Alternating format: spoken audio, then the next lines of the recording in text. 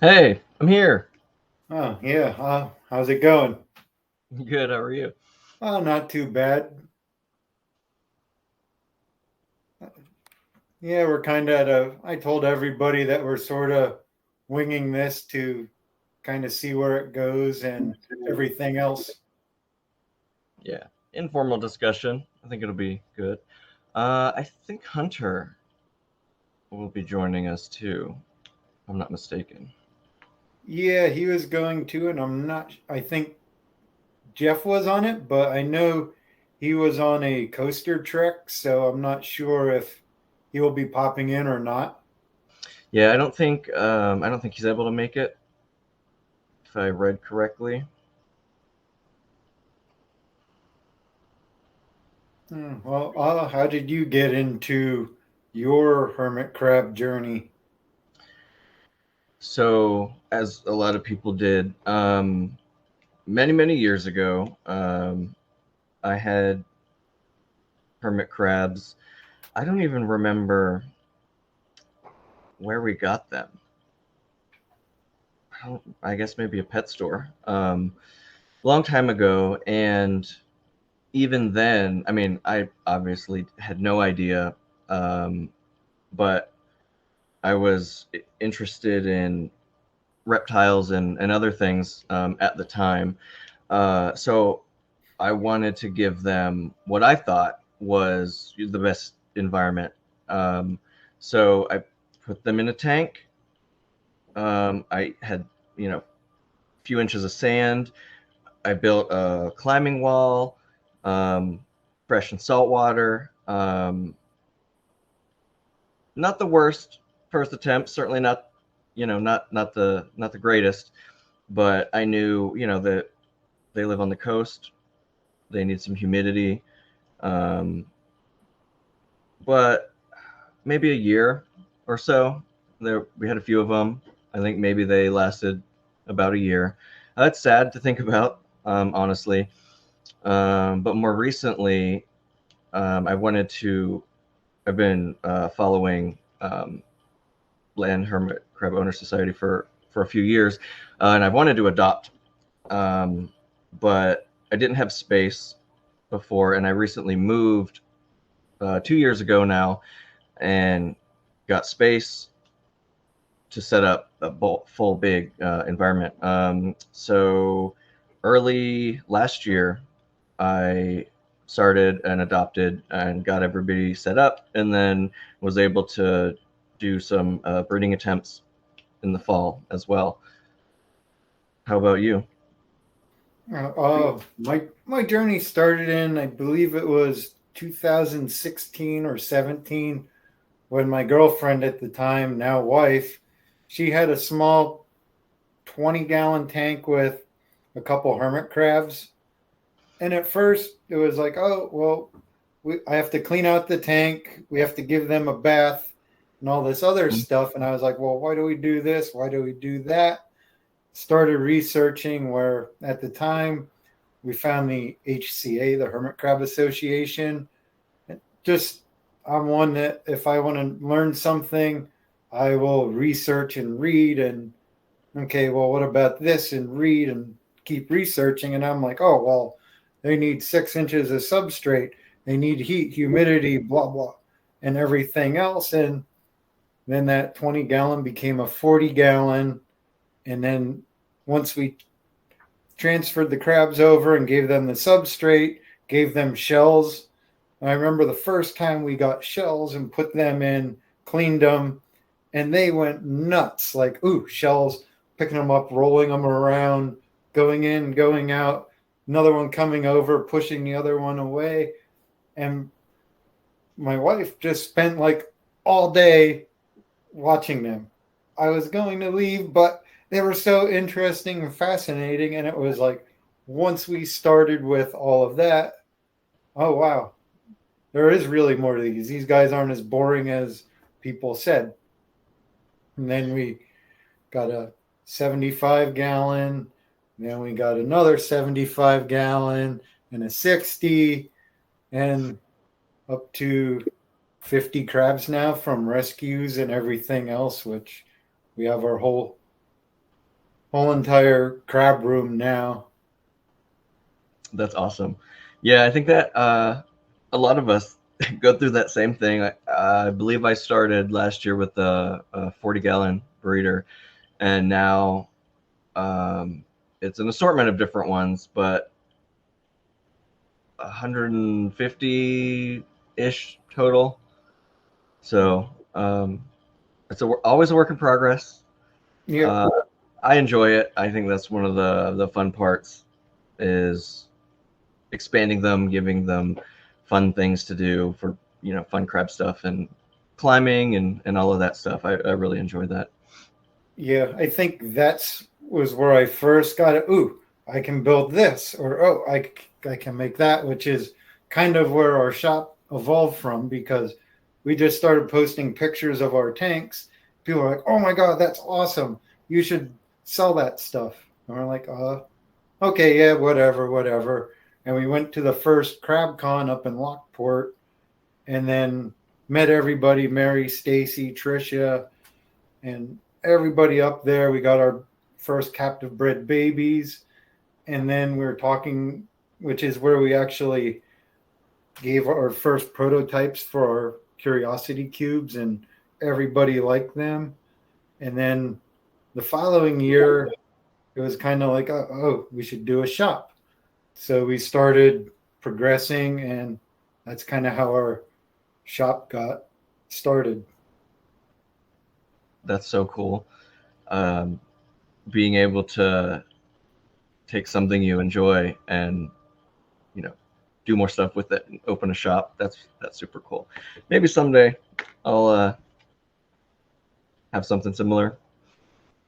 Stay pretty busy, but that's super cool. I really got inspired reading through Mary's blog on her attempts and um, just the detail. I mean, you feel like you were sitting there with her, chronicling as she's going through and successes and failures, and that just really inspired me to get into attempting to raise the Zoe. So um, it's such a great community. I was going to do CrabCon last year, but ended up on a last minute work trip, so I didn't make it. But the community is just amazing.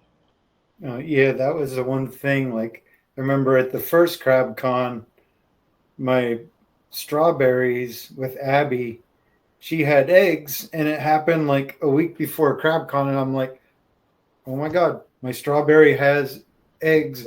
What am I gonna do? So then I ended up talking to Mary, and we transported Mary, like our our strawberry, from central Pennsylvania all the way up to Lockport. We had set up a travel tank with a regulator, heat, and everything else. Gave her to Mary, but then in the process, she ended up, I guess, stressing out and just dumped her eggs. So then that never happened. And then I think less than a month later, one of my other strawberries had eggs and spawned in our salt water. Then I'm like, no, no, no. Mary is supposed to have these, not me. So I wasn't prepared. I did the best attempt I could with no information, and I might have made it 10 days, and that was about it. I let's see. I think 25 to 27 ish days was my longest. They didn't make it to Megalopa. Um, I think that's a one of the harder transitions for them, getting the shed right and everything. Um, I had one kind of failed spawn of my own. She dropped them, but I saw them, I guess, quickly enough and was able to scoop them up and put them in water. Some of them hatched, but I don't know if they were early or sat too long, but they only made it a few days. So I'm hoping this year we'll get some spawning, here. It just feels good that they're happy enough to to breed, at home. Yeah, and we have in our one tank we have a purple that always goes and mates or attempts to mate with one of our strawberries. It's like a yearly thing. It's usually right at this time. It's always like the CrabCon, whatever, love session or something. Yeah. But it's like for the last like 2 or 3 years, I could pull back my pictures and it's always within a few weeks of CrabCon that it happens. I wonder if the date for or the general time for CrabCon scheduling is related to that. Mary, what do you think? Maybe it's a coincidence, but that's pretty cool. But it's kind of like the opening celebration for crab breeding season. Yeah, and I know a lot of it goes with like the moon phases with their breeding and then releasing the eggs between high and low tides. So that has an impact on it as well, which I always look and see when the when the new moon was versus full moon. And okay, that makes sense. It was like a week ago, which it's probably slightly off compared to when they were in the Caribbean or wherever else since they're closer to the equator. So I'm like, that makes sense. Yeah, I'm interested to see as we're collecting date, moon phase, all of that from the spawns, just to see if there's any correlation. I know Mary and some of the other breeders that have been seeing spawns for a few years now feel that it is very moon. I remember actually Mary last year, she said the big full moon in the end of August, she was like, I bet they're gonna spawn, and they did. And I think last year August had 2 full moons. So I think there might be something to that. Yeah, and it's just interesting. The more you look at them and interact with them, the more you find out. Which most people, when I tell them, "Well, what do you do?" Well, I have hermit crabs, and working in a maintenance position, people are like, "What? Really? No dogs, no cats, no hermit crabs?" And then I say, "Well, I have a hermit crab shop." Oh, you sell them? No, we sell accessories. Huh? And then you go into the whole thing, and they're like, "Really?" Yep. Yeah, I work in cybersecurity, but I primarily work with different military groups, and myself and all my coworkers are prior military. So, yeah, very much the same. Um, but it's cool. I talk about it a lot, and I think people find it interesting. Just something that a lot of people don't really think about.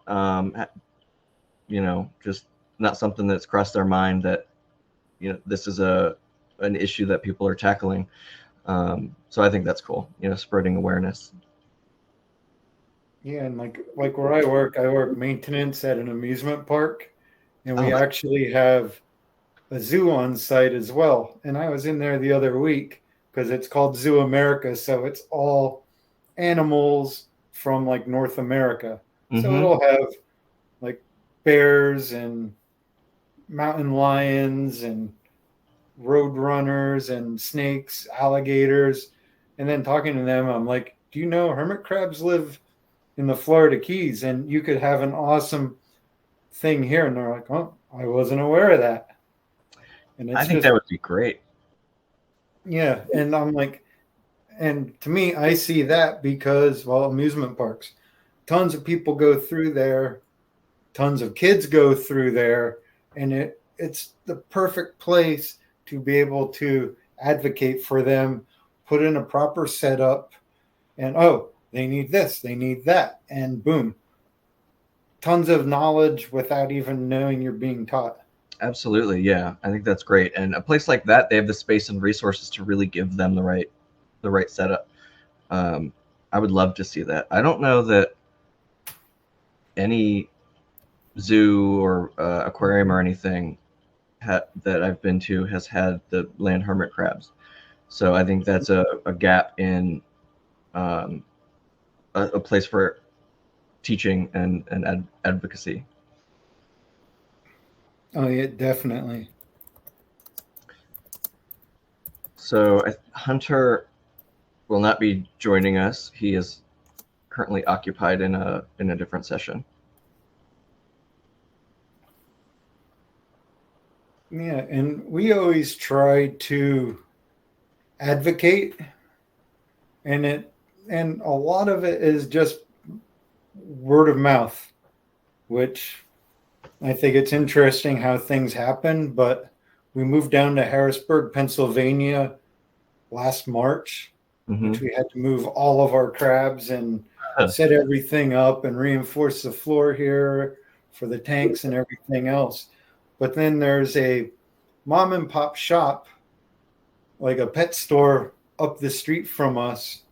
And I popped in there one day because they are known just for selling foods for dogs and cats. So I'm like, maybe I can get single ingredient stuff for the crabs. So I went in there and kind of looking at the foods, and then I said, oh, looking for single ingredient items for hermit crabs. And they're like, huh? Kind of went going on about the whole hermit crabs and beaches and this and that. And the owner was fascinated. And here for a local magazine, she does like a pet story like every month. And she's like, I would love to do a story on hermit crabs. And then it was, I don't know, 4 or 5 months later, I popped in just to check, see if she was still interested in the story. And she's like, oh my God, perfect timing. I never knew, like I was going to get in contact you for the story. So we started just telling her all the different information and everything else. And she ended up publishing that story in July.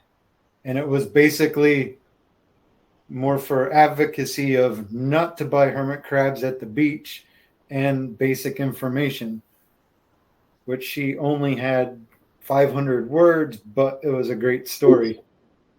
Yeah, that's awesome. I like seeing that stuff, and I think as our community is growing, we're seeing that more, and that makes me happy. Have you roped anybody else in to the hobby, family or friends or anything? Not too much. I mean, I know Samantha at work, people got crabs at the beach, and then she's like, oh my God, you guys, you don't know what you're getting into, and kind of scold them quick on the whole crabitat. And she took them and had the crabs for like several months to allow them to molt, change shells because they were in painted shells, and allow the people to get acquainted with the proper care. And then after she showed that they could take care of the crabs and everything, she gave them back. And I believe they attended CrabCon last year. And then this year we had another additional 65-gallon tank, and we gave that to them. And that's awesome. We also got 3 more crabs and rehabbed them from a coworker whose friend had them. And then they came down and just got those guys like a few weeks ago. And then now they have those crabs as well. So it's That's interesting awesome. How you can advocate without really advocating. Yeah. So far nobody that I've talked to has got into crab keeping, but they are, very aware of the plight of the hermit crab, and speaking the advocacy for just the horrible treatment, not buying them at pet shops and things like that. So that's really neat. So far, I haven't adopted any out. I've adopted them in, but I certainly open to that. I'm close to Mary in Virginia, so it's a pretty good crab community in this neck of the woods. I'm glad we're getting all over the world now. I think we've got some breeders in Canada. We've got members just all over the place. A big group in Australia. It's really neat. Yeah, it's awesome. Like it's fun trying to breed. It's just with my work schedule because I'll be I'll work morning starting 5 a.m. until 1 p.m. But then I could also work a late shift when the park is open, which can start as late as 3 p.m. until 11 at night. And then my wife is on an opposite schedule. So trying to get a routine down for the breeding and everything, it's just, I can't quit my job for a month or whatever to try and do it, which is frustrating, but it was fun trying to do it and posting updates and everything else. Yeah, it's definitely, I know that struggle. I travel quite a bit for work, and sometimes it's 2 or more weeks. And so that's, the entire, like breeding cycle, half or more of it. So last year I got lucky and had more remote than travel and was able to time it for several attempts. This year I'm not sure. We'll see how it shakes out, but yeah, it's tough. It's very time intensive, and having work responsibilities, and I don't have a crab sitter that can come and they can watch the crabs themselves, but there's always a little too much, I think, to have a babysitter for, unfortunately. And it was tough.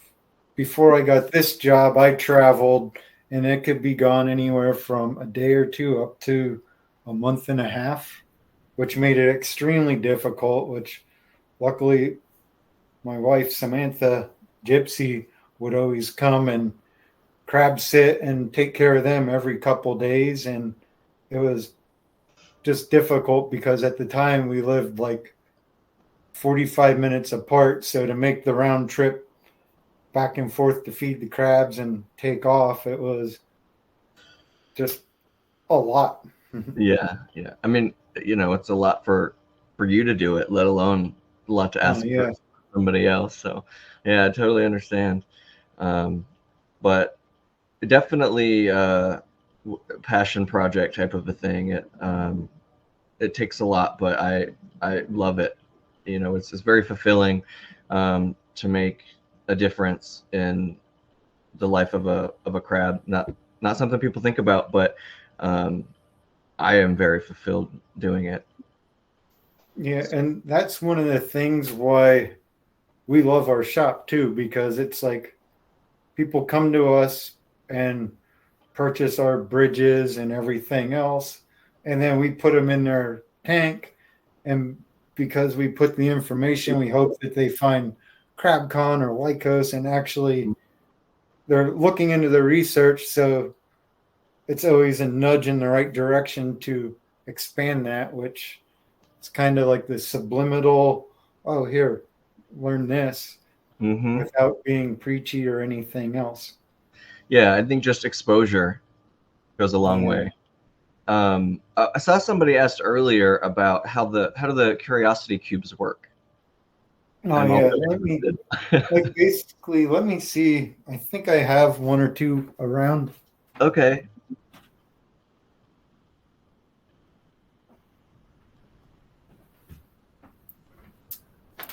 Yeah, so the cubes, they're pretty basic, which this one here, I'm just untangling the zip tie, but they're made with a hinge.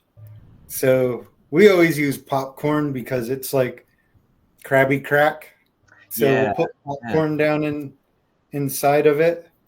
We have zip tie, which you can either zip tie it shut but we like to actually weave the zip tie in and around the top of it to hold it together, and then just place it in the tank, and then the crabs will figure out, like, grab it and roll it around and pick out the food from the holes. That's super cool. Yeah. I love a foraging type of toy. Yeah. Yeah, I've seen them. They're super popular. I see them in a ton of setups. I've checked them out in your shop as well. I haven't ordered any yet, but I've been finishing up the larger build I was talking about. So I just got this big vertical wheel. So I have one of the kind of horizontal wheels for them, and I just got a big one that to put in. So yeah, I'm excited. Like I said, it's always an ongoing project, always more stuff to do, but I love it. Yeah, I always say the Crabitats are like the Winchester House in California. It's just always constant construction. You're never, I don't think, ever done, because you're always, oh, if I put this here or I put that there and change, and you're never done. Yeah, if I scoot this topper over, I can put another bottom tank, bridge it over. Yeah. There's a question planning a tank upgrade. So it depends. So sometimes I'll draw it out. If it's spare tanks that aren't currently in use, I'll actually, like to Tetris them or Lego them together, and just to see what works best, what looks the best. But if I'm repurposing, then yeah, I like to draw it. Just it helps me kind of form the image. Yeah, that's the same thing. I kind of had something going on in my head with this thing, and then I kind of drew it out how I wanted to add everything to the background, and just kind of, okay, if I put this here, and having everything you need at first, cut down and have it laid out in actual size, sort of lay everything out and kind of think when it's together, and then start assembling. But then as you're building it, oh, well, I can change this or tweak that and always go from there. Yeah, it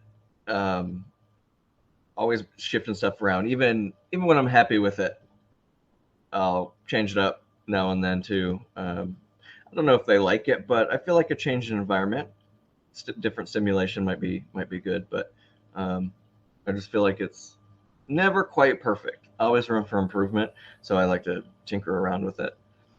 Yeah, and we use, well, a lot of this stuff we'll just put zip ties on everything, so it's a lot tougher for them to knock over or move and everything else. So everything on the back is all zip tied, just to save us from, oh, you move this again, or oh, you knock that over.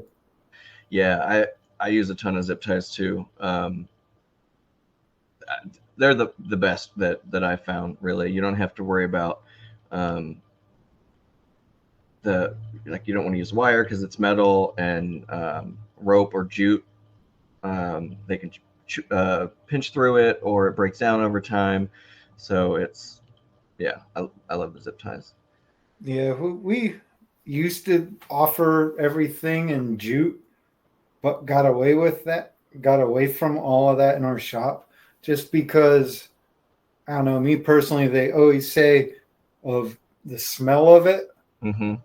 Like if it smells like petroleum or diesel gas, that smell, not to use it. And just my thought process is, if you have a shelf of 50 pieces, like rolls of jute on a store shelf, mm-hmm. you grab one off and it reeks of gas or that smell, and then you grab another one that's the same label, everything else, and it doesn't smell. It's coming all from the same place. So to me, that's a reason not to use it, because even if you can't detect it, it's probably still there. Yeah, totally agree. Better be safe, I feel. Yeah, and we went basically, well, we use all the plastic with the crafting mesh. We call it crab mesh. Yeah, We I make call it our crab mesh too. and but all of our climbing bridges and ropes now are made of hemp Hmm. and coconut, which the hemp has its own natural smell, which is kind of either like a flower or hay kind of smell, which Yeah, is kind of off-putting to some people, but it's a natural and safe, and it's actually naturally mold resistant, which is another plus. Same with the coconut. And I this like is all things we picked up over the course of having our shop for almost 5 years now. Yeah, that's good experience though, and being able to just buy that from a trusted seller who's had the experience to go through and try all the different things saves somebody from needing to do trial and error themselves. It's nice that we have that in the community, I think. Yeah, and I mean that's what we do. We have enough crabs that they can be our guinea pigs, so to speak, which we have all stuff that we try in all our tanks and see how they like it. And if it's something, oh wow, they're going nuts on this, well, let's try to get out there for other people. Crab tested, crab approved. That's Yeah. that's awesome. All right. So we've got some mowing going on outside. Anybody else have any questions or anything? Happy to stick around and chat if anybody wants to. I think there's some other sessions happening too. We check the Yeah. schedule. Yeah. No, that's not moss. It's if you're talking about the U, I mean, like the U here, that's just Hobby Lobby, like vines and stuff that we Oh, bought. And then we actually took several different types and zip tied them all together. Let me see if you can see it. It's kind of tough without the screen, but we have like fern zip tied on it just to give it a different texture.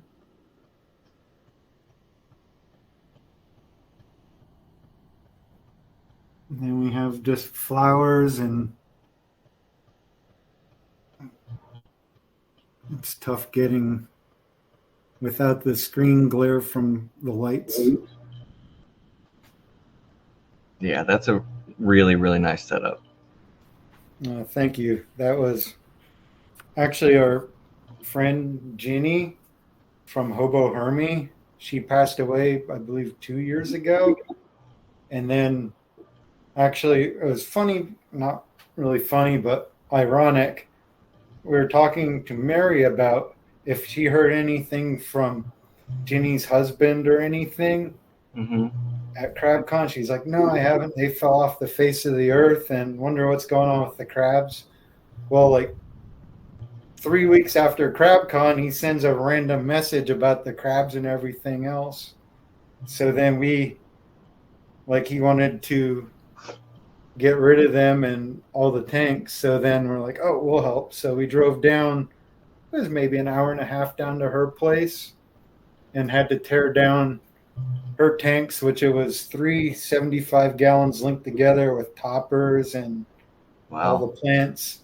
And this was actually her topper, and her crabs are actually in this tank.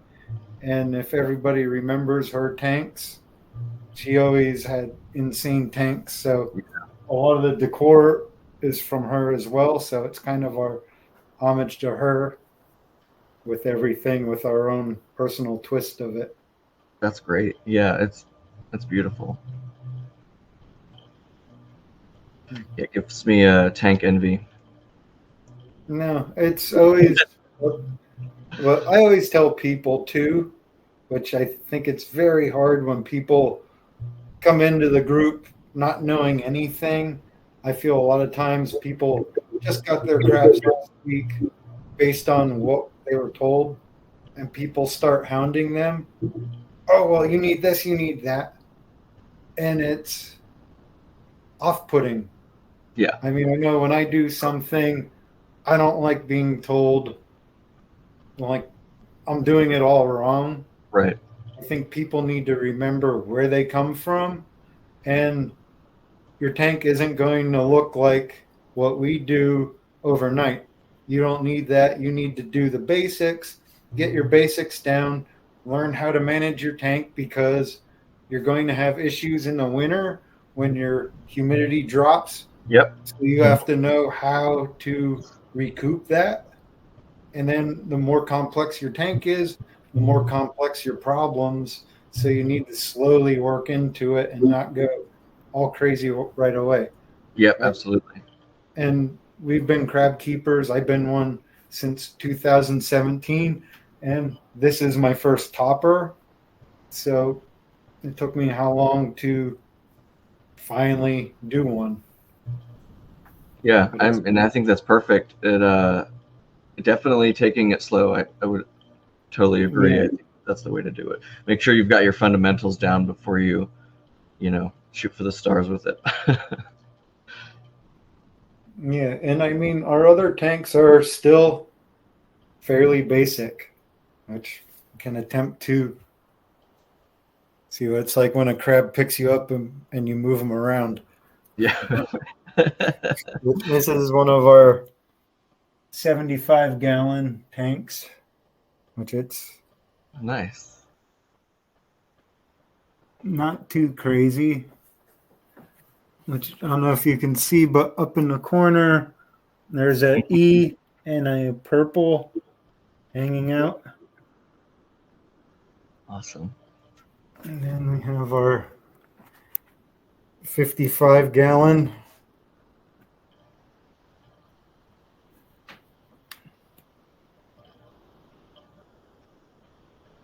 So there's a dude way up in the corner up there. Yep. Or hissing cockroaches. Very cool.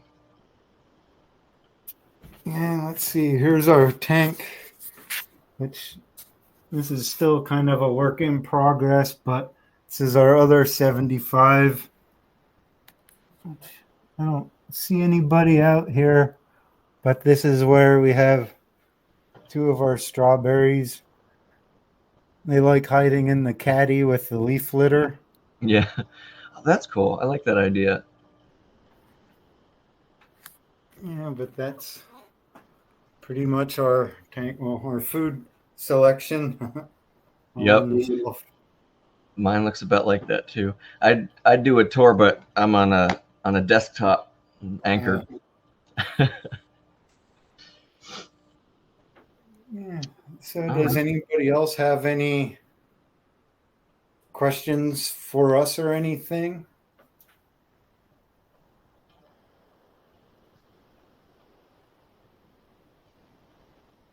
Maybe not.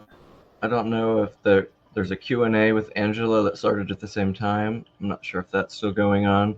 There's another main stage that started at 4, and then got the grand prize drawing after that. So